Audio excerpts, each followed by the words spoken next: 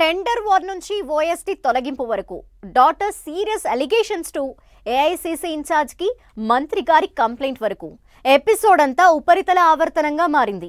కొండంత వాయుగుండం కాస్త అధిష్టానం దగ్గరికి చేరి ఏం చేద్దామనే దానిపై అక్కడ సుడిగుండం తిరుగుతోంది. అయితే ఇష్యూని ఎలా తీరం దాటించాలనే దానిపై పార్టీ పెద్దలు ఫోకస్ పెట్టారట. భారమంతా హైకమాండ్ మీదే వేసిన కొండ ఎట్లయితే గట్లాయి అని వెయిట్ అండ్ సీ అంటున్నారట. ఇంతకీ కొండంత రచ్చపై పార్టీ ఎలాంటి నిర్ణయం తీసుకోబోతోంది? ప్యాచప్ పై రచ్చకి ఎన్కార్డ్ పడేనా?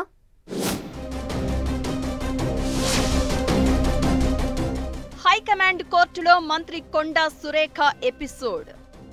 భారమంతా అధిష్టానం మీదే వేసి రిలాక్స్ అయిన కొండా. ప్రభుత్వ పెద్దలతో కొండా సురేఖ భేటీకి మంత్రాంగం నడుస్తుందా? కొండా ఫిర్యాదులు ఎవరి మీద, వాళ్లపై యాక్షన్ ఉంటుందా? మేడారం టెండర్ వార్తో రచ్చ స్టార్ట్ అయింది. ఓఎస్డీ తొలగింపుతో పెద్ద దుమారమే లేచింది. ఆ ఓఎస్డీని అదుపులోకి తీసుకునేందుకు పోలీసులు మంత్రి కొండా సురేఖ ఇంటికి వెళ్లడంతో ఇష్యూ మరింత రచ్చ రంబోలా అయ్యింది. కొండా సురేఖ కూతురు సుస్మితా పటేల్ కామెంట్స్ కాంగ్రెస్ పార్టీని షేక్ చేస్తున్నాయి. ఏకంగా సీఎం రేవంత్ రెడ్డిని, ఆయన బ్రదర్స్ ను టార్గెట్ చేస్తూ ఆమె చేసిన వ్యాఖ్యలు ప్రభుత్వాన్ని కార్నర్ చేశాయి.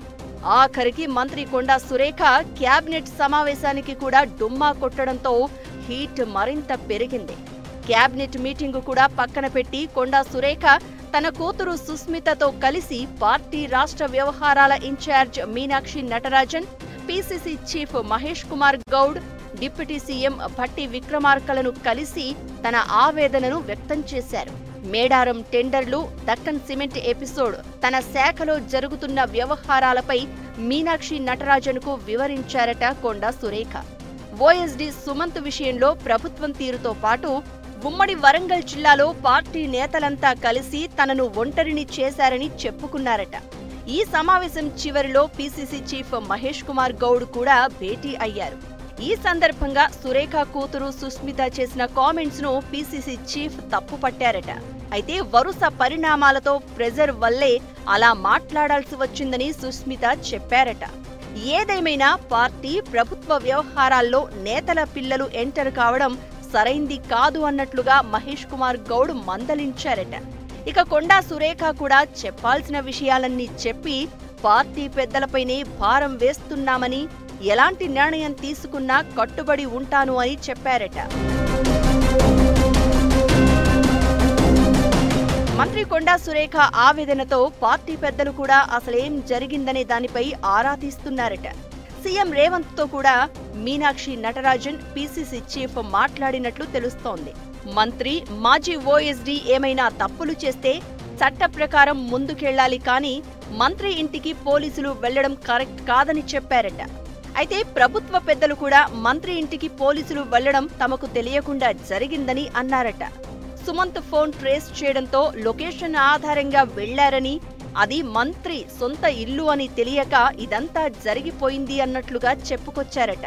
ఇక తన విషయంలో ప్రభుత్వ పెద్దలు వ్యవహరిస్తున్న తీరుకు కాస్త మనస్తాపం చెందిన కొండా సురేఖ క్యాబినెట్ సమావేశానికి కూడా వెళ్లకుండా ప్రభుత్వ కార్యక్రమాలకు కూడా దూరంగా ఉంటున్నారు. అయితే సురేఖ కూతురు సుస్మిత కామెంట్స్ పై ప్రభుత్వ పెద్దలు కూడా కాస్త గుర్రుగా ఉన్నారట.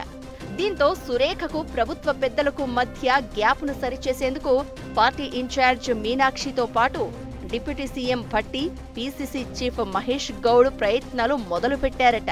అన్నీ సర్దుకుంటే సీఎం రేవంత్ రెడ్డితో మంత్రి కొండా సురేఖ, ముఖ్య నేతలు భేటీ కావాలని భావిస్తున్నారు. మంత్రి పొంగులేటి శ్రీనివాసరెడ్డి చెప్పినట్లు మంత్రి కొండా సురేఖ ఎపిసోడ్కు 1-2 రోజుల్లో ఎండ్ కార్డు వేయబోతున్నారట. సీఎం రేవంత్ రెడ్డితో మంత్రి కొండా సురేఖ భేటీ కోసం పీసీసీ చీఫ్ మహేష్ గౌడ్ ప్రయత్నాలు చేస్తున్నారని అంటున్నారు. పార్టీ పెద్దల జోక్యంతో ఇష్యూ ఇంతటితో సద్దుమణుగుతుందా, మునుముందు కొత్త పరిణామాలకు దారి తీస్తుందా అనేది వేచి చూడాలి మరి.